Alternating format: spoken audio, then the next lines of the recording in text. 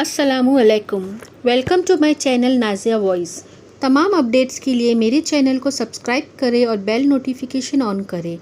आइए सुनते हैं किसी की ज़िंदगी पर बीती एक नाकाबिले यकीन खौफनाक कहानी, उसी की ज़ुबानी। हम 3 बहनें और एक भाई थे। हम सब बहुत छोटे थे जब हमारे वालिदैन का इंतकाल हो गया था। भाई सबसे बड़े थे। भाई और भाभी हमें माँ बाप की तरह प्यार करते थे। भाई को एक प्लॉट बहुत सस्ती कीमत पर मिल रहा था, इसलिए भाई ने वो प्लॉट खरीद लिए। प्लॉट जिस जगह पर बना था वो आबादी से बहुत दूर था। भाई ने प्लॉट की इतनी तारीफ़ की थी कि हमें भी भाई से प्लॉट देखने की ज़िद करने लगे। भाई प्लॉट के नज़दीक गांव में हमारी आंटी के घर पे हमें छोड़ आए। जब हम आंटी के घर गए, आंटी ने कहा अभी बहुत धूप है, खाना खाकर प्लॉट पर जाएंगे। शाम की चाय पीकर हम सब प्लॉट देखने निकल गए। आंटी के घर से प्लॉट तक का सफ़र हमें पैदल ही तय करना था। दूर दूर तक एक आध घर नज़र आ रहे थे। भाभी आंटी के साथ बातें करते हुए आगे चल रही थी, जबकि हम तीनों बहनें ठंडी ठंडी हवाओं का लुत्फ़ उठाते हुए पीछे चल रहे थे। हमें यहाँ बहुत सुकून लग रहा था। ऐसे में मेरी छोटी बहन इकरा का दिल में पता नहीं क्या आया, उसने अपने पैरों से चप्पल उतार के हाथ में पकड़ ली और नंगे पाँव चलने लगी। मैंने उसे इस हरकत पर डांटा तो वह कहने लगी, आपी मुझे नंगे पाँव चलने में बहुत मज़ा आ रहा है, और वैसे भी कौन हमें यहाँ देख रहा है जो बुरा महसूस होगा। वैसे ये बात भी सही थी, उस वीराने में हमें देखने वाला कौन था। अलबत्ता दूर एक छत पर एक खातून बैठी चाय पी रही थी और हमें ही देख रही थी। प्लॉट हमसे कुछ फासले पर था। जब हम प्लॉट के करीब पहुँचे तब अचानक आंटी की नज़र इकरा के पैरों पर पड़ी तो उन्होंने उसे खूब डांटा। अरे ये क्या हरकत है, ऐसी वीरान जगह पर नंगे सर और नंगे पैर नहीं फिरना चाहिए। फिर आंटी हम दोनों बहनों से कहने लगी, ये तो छोटी है पर तुम दोनों तो बड़ी हो, उससे मना क्यों नहीं किया। मैंने आंटी को कहा कि मैंने इकरा को मना किया था, पर वो बोली हमें यहाँ कौन देख रहा है। इस पर आंटी ने इकरा से कहा कि बेटा भले हमें यहाँ कोई नहीं देख रहा है, पर ये एक वीराना है, यहाँ कई तरह की बलाएं और जहरीले जीव जंतु रहते हैं। प्लॉट देखकर हम अपने घर वापस चले आए। हुआ यूँ, प्लॉट देखकर आने के बाद से इकरा की तबीयत खराब हो गई थी। हमें लगा शायद ये थकन की वजह से है। दूसरे दिन उसे तेज़ बुखार हो गया। डॉक्टर की दवा से वो ठीक तो हो गई। उसके बाद से उसके साथ अजीब अजीब वाक़या होने लगे। कभी वो चकरा के गिर जाती, कभी उसके हाथ पैरों पर अजीब गरीब निशान आ जाते जो खुद से ही गायब हो जाते। एक बात का वो हमेशा जिक्र करती थी कि उसे वॉशरूम में से एक औरत की आवाज़ें आती है। हमें लगा ये उसका वहम है, पर जब ये आवाज़ें हमने अपने कानों से सुनी तो हमें यकीन हो गया। इकरा जैसे ही वॉशरूम जाती है उस औरत की आवाज़ सुनाई देती है जो कि एक अनजान ज़ुबान में बोल रही होती है। एक बार इकरा सीढ़ियों से उतर रही थी, वो आखिरी 2 सीढ़ियों से नीचे गिर गई। हालांकि वो 2 ही सीढ़ी से नीचे गिरी थी, पर उसको चलने फिरने में दिक्कत आने लगी। डॉक्टर ने उसका चेकअप करके बताया कि वो बिल्कुल ठीक है, दवा लेने से चलने फिरने लगेगी।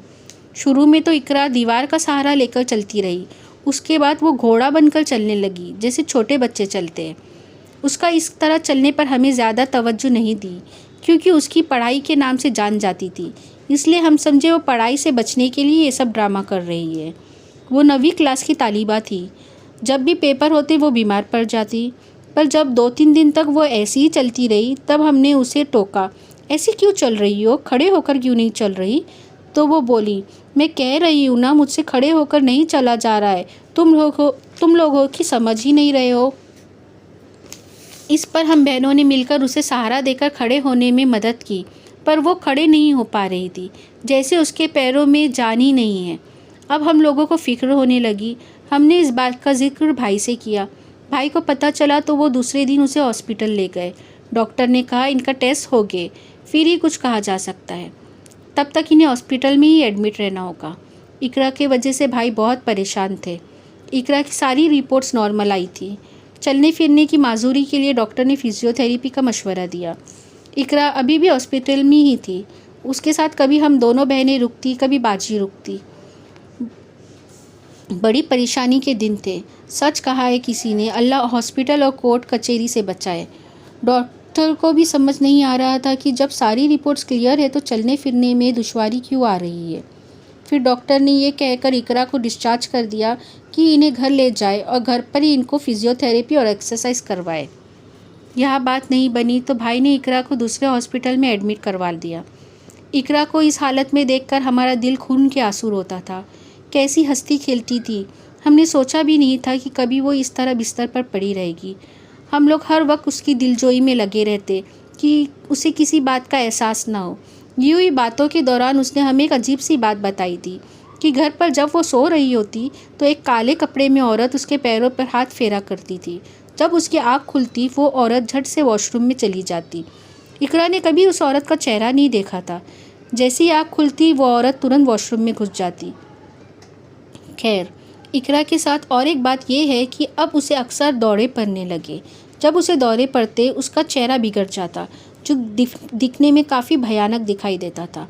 उसकी आवाज़ बदल जाती और वो लेटे लेटे जो भी चीज़ उसके हाथ में आए वो सामने वाले पे दे मारती। बस उसके वो एक ही बात कहती रहती, मैं तुझे नहीं छोड़ूंगी, और वो जो घर में सफ़ेद कपड़े में है उसे भी नहीं छोड़ूंगी। समझता है क्या है खुद को, मुझे रोकेगा?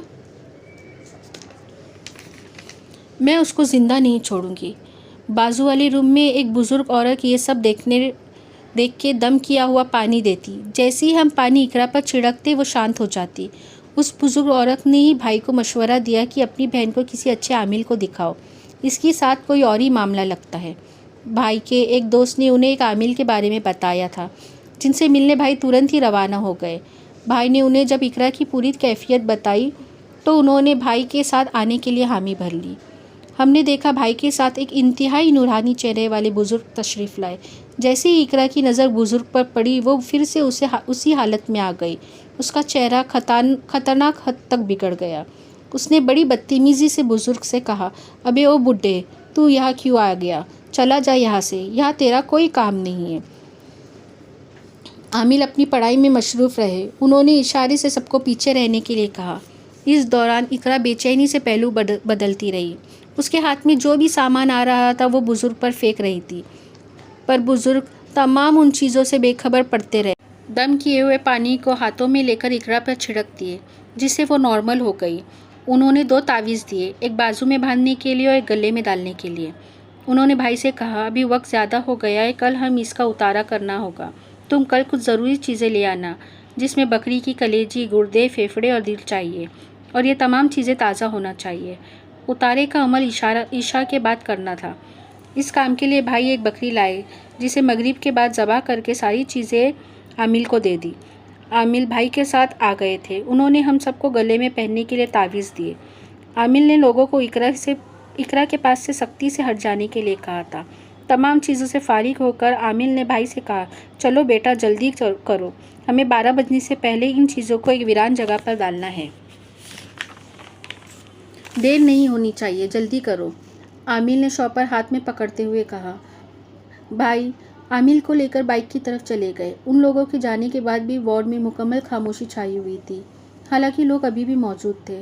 मैं अपना आंखों देखा हाल बयां कर रही हूँ कि जब आमिल वार्ड में दाखिल हुए थे इकरा का चेहरा बिगड़ गया था और वो आमिल को घूर रही थी, और जब आमिल ने अपनी पढ़ाई शुरू की तो वो कहने लगी, ओ बुढ़े, बंद कर अपना यह तमाशा और दफ़ा हो जाए यहाँ से। लेकिन आमिल अपनी पढ़ाई में मशरूफ़ थे। पूरे वार्ड में मौत जैसी खामोशी छाई हुई थी। लोग दूर दम साधे खड़े थे, तमाम कार्रवाई देख रहे थे, जिनमें मैं भी शामिल थी। वाज़ेह समझ में नहीं आ रहा था, बस इतना अंदाज़ा हो रहा कि इकरा और आमिल के भी दरमियान एक जंग छिड़ी हुई है। इकरा ज़ख्मी नागिन की तरह बल खाए जा रही थी, जबकि आमिल अपनी पढ़ाई कर रहे थे। कुछ देर बाद उन्होंने भाई से इकरा को दम किया हुआ पानी पिलाने को कहा, जिससे वो पुरसुकून हो गई थी। ऐसा लग रहा था आज पहली बार उसे सुकून भरी नींद मिली थी। आमिल ने इकरा पे से बकरी की कलेजी, फेफड़े, दिल उतार के शॉपर में भर दिए और शॉपर को वीराने में फेंकने की हिदायत दी। भाई को परेशानी में देखते हुए आमिल ने कहा, चलो बेटा, ये काम भी मैं तुम्हारे साथ करता हूँ। जब भाई आमिल के साथ बाइक स्टार्ट कर रहे थे, काफ़ी देर तक वो स्टार्ट नहीं हुई। आमिल ने कहा, जल्दी करो, देर हो रही है। ये ठीक थी आमिल जी, अब कुछ देर पहले तो मैं आपको अपने साथ लेकर आया। उस वक्त तो ठीक थी, अब न जाने क्या हो गया है। कोई और बंदोबस्त करो सवारी का। मियाँ, हमारे काम में रुकावट डाली जा रही है। वक्त तेज़ी से गुजर रहा है, जल्दी करो। इसके साथ हमारे वार्ड के सामने वाले एक भाई ने अपनी बाइक भाई को दे दी। भाई, मेरी बाइक ले जाए आप, और अब पहली फुर्सत में इस काम को अंजाम दे। भाई ने उनका शुक्रिया अदा किया। वो आमिल को लेकर रवाना हो गए। काश 12 बजने से पहले ये काम हो जाता। मैं हीना हूँ, इकरा से बड़ी बहन। मुझसे बड़ी बहन सारा इकरा के साथ हॉस्पिटल में रुकी थी। हम दोनों बहनें बारी बारी रुकते थे, कभी साथ भी रुक जाते थे। ये उसी रात का वाक़या है जिस रात इकरा का उतारे का अमल हो रहा था। हॉस्पिटल में हो रही कार्रवाई जानने के लिए मैं बार बार सारा का नंबर मिला रही थी। मैंने कई बार SMS भी किया, पर उसने कोई जवाब नहीं दिया। शायद उसका फ़ोन साइलेंट था। बेचैनी की वजह से मेरी पढ़ाई में दिल भी नहीं लग रहा था। मैं घर में लॉन्च में बैठी थी। जब बैठे बैठे थक गई तो लेट गई। उसी वक्त मुझे कुछ सरसराहट महसूस हुई। मैंने चौंक कर इधर उधर देखा, अपनी नज़र दौड़ाई, पर मुझे कुछ नज़र नहीं आया। सर झटक कर मैं दोबारा अपनी पढ़ाई में मसरूफ़ हो गई। एग्ज़ाम करीब थे। पहले ही हमारी पढ़ाई का इतना हर्ज हो गया था, इसलिए मैंने कोई मौका छोड़ना नहीं चाहती थी। ज़्यादा से ज़्यादा वक्त अपनी पढ़ाई को देना चाहती थी। तभी अचानक मुझे एक आहट आई। मैंने अपनी किताब बंद की और इधर उधर देखा। जैसे ही मेरी नज़र सीढ़ियों पर पड़ी, मेरा दिल उछलकर हलक में आ गया। खौफ की शिद्दत से जिस्म कांपने लगा। आवाज़ जैसे गले में ही दम तोड़ गई। मेरे सामने सीढ़ियों पर एक अजदहा था, जिसका सर किसी औरत का था और उसके हाथ में एक नीले रंग का शॉपर था। वो शॉपर मेरी तरफ बढ़ा रही थी। उस शॉपर में खून से सनी चीज़ें थी। औरत के चेहरे पर अजीब सी मुस्कुराहट थी। उसने आँख के इशारे से मुझे शॉपर लेने के लिए कहा। शॉपर में से बूंद बूंद खून टपक रहा था। ये खौफनाक मंजर देखकर मेरी हवास उड़ गए। मुझे बस इतना याद है कि मेरे गले से एक ज़ोरदार चीख निकली थी और मेरी आँखों के आगे अंधेरा छा गया था। इसके बाद मुझे कोई होश नहीं रहा। जब मुझे होश आया, भाई घर आ चुके थे। भाई ने घर आने से पहले घर पर सिर्फ मैं और मेरी भाभी थे। भाभी अपने कमरे में, जबकि लॉन्च में मैं अपनी पढ़ाई में मशरूफ़ थी। भाई को लगा मैं पढ़ते पढ़ते सो गई थी और ख्वाब में डर कर बेहोश हो गई थी। पर जब मैंने भाई को अपनी आंखों देखा हाल बताया तो वो कुछ फिक्रमंद हो गए और कहने लगे, ये तो वही शॉपर है जो मैं इकरा के उतारे के लिए आमिल के कहने पर लाया था। फिर उतारे के बाद उसे वीरान जगह पर फेंक कर घर आया था। भाई बहुत परेशान हो रहे थे कि मैंने तो वो शॉपर को देखा भी नहीं था। फिर उसका कलर, यहाँ तक कि उसके अंदर की चीज़ों के बारे में कैसे जानती थी। भाई ने मुझे लॉन्च में सोने के लिए मना किया और खुद लॉन्च में सोने चले गए, जबकि मुझे भाभी के साथ सोने के लिए कहा। भाई जब आमिल से इस बारे में बात करने गए तब उन्हें पता चला कि आमिल कहीं बाहर गए हुए हैं। अल्लाह का शुक्र था कि उस दिन के बाद से वो औरत फिर किसी को नज़र नहीं आई और इकरा पर भी दौरे नहीं पड़े। लेकिन अब एक और बात परेशान करने की हो गई थी। इकरा के पैर सीने की तरफ मुड़ गए थे। उन्हें कितना भी सीधा करो वो वापस उसी जगह मुड़ जाते। इकरा से कहती तो वो कहती कि मैं कोशिश तो करती हूँ पर ये वापस इधर चले जाते। ऐसा लगता था वो रबड़ के बने हुए हो। उन्हें खींच के नीचे लाते लेकिन छोड़ने पर वो वापस ऊपर चले जाते। डॉक्टर ने एक्सरसाइज और फिजियोथेरेपी का मशवरा दिया, जो कि करवा भी रहे थे, पर नतीजा कुछ नहीं था। इकरा की यह हालत देखकर हमारी आंखें खून के आंसू रोती। इकरा के बदन में हड्डियाँ दिखाई दे रही थी। उसकी पीठ और कमर का गोश्त गल के गिर रहा था। अगर ये सब मंजर कोई कमज़ोर दिल वाला देखता तो मर ही जाता। उसके ज़ख्मों को देखना बड़े दिल गुर्दे का काम था। ज़ख्म की बैंडेज के लिए हमने एक सायरा नामी नर्स रख ली। वो पूरी ईमानदारी से अपना काम करती। वो ज़ख्मों को साफ़ करके ड्रेसिंग करती। इससे उसके ज़ख्म आहिस्ता आहिस्ता ख़त्म हो गए। अल्लाह ताला ने हमारी दुखी दिल से की गई फरियादों को कबूल कर लिया और इकरा को उस तकलीफ़ से निजात अता फरमाई। अब तो सिर्फ इकरा के टांगों का मसला था। वो सीधा होने का नाम ही नहीं ले रहे थे। हर तरह के तेलों की मालिश कर ली, जिसने जो बताया वो किया। यहाँ तक कि फिजियोथेरेपी के माहिर लोगों ने भी अपना हाथ उठा लिया। डॉक्टर ने भी इकरा को ये कहकर डिस्चार्ज कर दिया कि इसकी रीढ़ की हड्डी में प्रॉब्लम है, इसे फिजियोथेरेपी लगातार करवाए। आमिल के इलाज से इकरा को कोई और दौरा नहीं पड़ा, ना ही उसके कुछ याद था, पर हम उसकी टांगों की वजह से बहुत परेशान थे। भाई की परेशानी उनके दोस्त से छुपी ना थी। उनके पूछने पर भाई ने सब बातें अपने दोस्त को बताई, जिस पर उन्होंने भाई को कहा, यार परेशान मत हो, टाइम निकाल कर मेरे साथ ईशा के बाद आ जाओ, मैं तुम्हें अपने एक जानने वाले से मिलवाऊंगा। वो नमाजी परहेजगार इंसान है और बिना मुआवजा लिए लोगों की मदद करते हैं। तुम्हारी बड़ी मेहरबानी होगी यार अगर तुमने मेरा ये काम कर दिया तो। तुम ईशा के बाद तैयार रहना, मैं तुम्हें घर पहुंचा जाऊंगा। ईशा के बाद भाई के दोस्त भाई को लेकर आरिफ नाम के शख्स के पास पहुंचे। वहाँ पर पहले से बहुत लोग मौजूद थे। अपनी बारी पर भाई आमिल आरिफ को अपनी सारी बातें बताई। उन्होंने सारी बात सुनने के बाद भाई से इकरा की पहनी हुई कमीज़ और कंघी मंगवाई और दूसरे दिन आने को कहा। भाई दूसरे दिन उन सारी चीज़ों के साथ आमिल साहब की खिदमत में हाजिर हुए। आमिल साहब ने काफ़ी देर पढ़ाई की और फिर भाई से कहा, आज आप समझते थे कि आपकी बहन के साथ मौजूद शय उतारे के बाद चली गई थी, पर आप लोग की कुछ लापरवाही की वजह से वो शय वापस आ गई है। आपने ज़रूर इन चीज़ों को वीराने में फेंकने में देर की होगी। ये जानकर आपको दुख होगा कि वो आपकी बहन को अपने साथ ले जाना चाहती है। आपको आपकी बहन की ज़िंदगी बचाने के लिए मेरी बातों पर सख्ती से अमल करना होगा। आपको यकीन नहीं आ रहा है कि वो शय वापस कैसे आ सकती है। भाई आमिल साहब की इस बात पर हैरान हो गए। वो दिल में यही सोच रहे थे। उन्होंने चिराग देखकर कहा, इसमें सरसों का तेल डालकर ऐसे किसी कमरे में जलाओ जो पाक साफ़ हो। पूरे घर के लोग सूरे रहमान की तिलावत करें। अगर नहीं कर सकते तो रिकॉर्डर में लगा दे।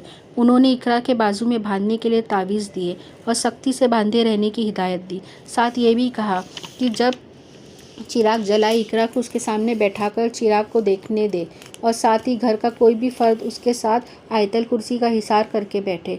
उसके कमरे का दरवाज़ा खुला रखे और ध्यान दे कि दरवाजे के रास्ते कोई ना आए। घर के तमाम अफराद को घर की खिड़की और दरवाजे से दूर रहने को कहा। साथ ही भाई को 3 दिन बाद दोबारा बुलाया था। आमिल साहब की हिदायत के मुताबिक ईशा के बाद यह अमल शुरू किया गया।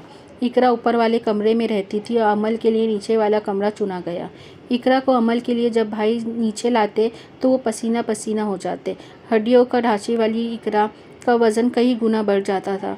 भाई को उससे नीचे लाना मुहाल हो जाता। आमिल साहब की हिदायत पर इकरा चिराग पर नज़रें जमाए बैठी रहती और भाई फासले पर हिसार खींच कर बैठ जाते। पहला और दूसरा दिन गुजर गया, पर तीसरे दिन वो चिराग की लौ 2 हिस्सों में बँट गई, जैसे किसी ने उसे दरमियान से काट लिया हो। तीसरे दिन भाई ने आमिल साहब को चिराग की लौह के 2 हिस्से में बँट जाने वाली बात बताई। आमिल साहब बोले, उस लौह के 2 हिस्से में बँट जाने का मतलब वो शय अब तक आपकी बहन के साथ है। आमिल की बात सुनकर भाई परेशान हो गए, तो आमिल ने कहा, आप परेशान मत हो, इंशाल्लाह सब ठीक हो जाएगा। इस बार मैं उसका ऐसा बंदोबस्त करूँगा कि वो आपकी बहन का पीछा छोड़ने पर मजबूर हो जाएगी। उन्होंने भाई को कुछ इत्तर की बोतल लाने को कहा। भाई इत्र की बोतल लेकर आए तो आमिल ने कहा, रोज़ 1 किलो कलेजी लेकर वाइट इत्र की बोतल का इत्र उस पर छिड़कना है। फिर इकरा को उस कलेजी को अपने पूरे जिस्म पर मलना है। फिर ग्रीन इत्र की बोतल को पानी में डालकर उसका गुस्ल करवाए। खाली बोतलें घर से बहुत दूर किसी कचरा कुंडी में डालनी है या किसी वीरान जगह पर डालना है। कलेजी चील कौवे को डाले। यह अमल 41 दिन तक बिना नागा किए करना है। आमिर साहब ने इकरा की कमीज़ और कंगई जो भाई से मंगवाई थी उसे समंदर में फेंकने को कहा था। भाई ने उसको एक पूल से समंदर में फेंक दिया। ईशा के बाद हम दोनों बहनें इकरा को कमरे में लाते। यकीन करें, हल्की फुल्की इकरा का वज़न कई गुना बढ़ जाता था। एक बार और थी, वो कमरे में आने के वक्त बहुत बेचैन हो जाती थी। उस अमल के कुछ रोज़ बाद मैं घर की बैक साइड की खिड़की से बाहर देख रही थी, तो मैंने एक शॉपर को देखा तो चौंक गई, क्योंकि वो तो वही शॉपर था जिसने इकरा की कमीज़ और कंगई डालकर भाई समंदर में फेंक आए थे। ये शॉपर यहाँ कौन लाया, कैसे आया ये यहाँ? मैंने ये बात भाई को बताई। भाई ने आमिल को। आमिल ने भाई से कहा, उस शॉपर को तुम्हारे घर के पास वही शय ले आई है, वो तुम्हारी बहन को इतनी आसानी से नहीं छोड़ेगी। भाई को फिक्रमंद देखकर आमिल ने कहा, परेशान मत हो, जो अमल कहा है वो 41 दिन बिना नागा किए लगातार करते रहो, इंशाल्लाह सब ठीक हो जाएगा। जैसे तैसे 41 दिन पूरे हुए। अब इकरा बिल्कुल ठीक महसूस कर रही थी, पर अब भी वो चल नहीं पा रही थी। भाई ने बात आमिल को बताई। उन्होंने कहा, वो शय अब तुम्हारी बहन को कोई नुकसान नहीं पहुंचा सकती, अब वो ठीक हो गई है। भाई ने पूछा, मगर वो चल क्यों नहीं पा रही? आमिल ने कहा, कुछ चीज़ें ऐसी होती है जिसकी तह तक ना पहुंचो तो ही अच्छा होता है। तुम्हें पता है, वो जो शय तुम्हारी बहन की जान लेना चाहती थी वो एक डायन थी। उसका बसेरा उसी वीराने में था जहाँ तुम्हारी बहन नंगे पाँव चल रही थी। तुम्हारी बहन तो बच गई, पर वो जाते जाते तुम्हारी बहन के पैर ले गई। शुक्र करो तुम्हारी बहन बच गई है। अल्लाह बहुत बड़ा है। तुम नाउम्मीद मत हो, इबादत जारी रखो, अल्लाह से दुआ करो। उसके बाद से हम दोनों बहनें मिलकर इकरा के पैरों की मालिश करते। वो अब भी खड़ी नहीं हो सकती, मगर वो अब लेटी भी नहीं रहती है। वो बैठे बैठे पूरे घर में घूमती है। अब एक ही बात सताती है हम दोनों बहनों की, शादी हो जाएगी तो इकरा का क्या होगा।